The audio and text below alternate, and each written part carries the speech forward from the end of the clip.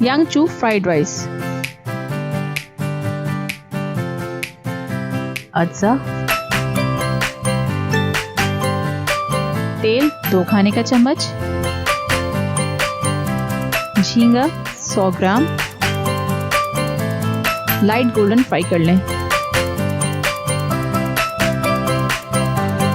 अंडा 1 अदद फ्राई कर लें।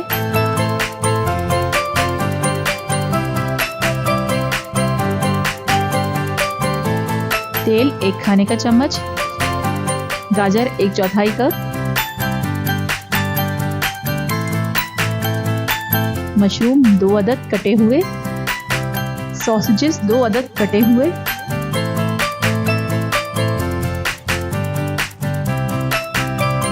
शिमला मिर्च 1/4 कप चकोर कटी हुई,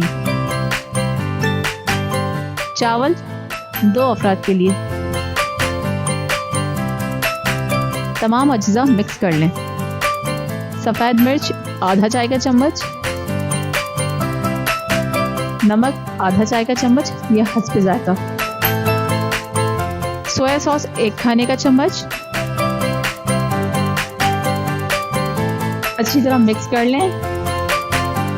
फिर इसमें पहले से तला हुआ अंडा और तले हुए झींगे शामिल कर लें। हरी प्याज 1/4 कप मिक्स कर लें।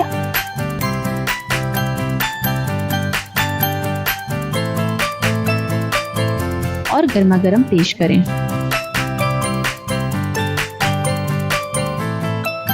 Round tomato, like and subscribe.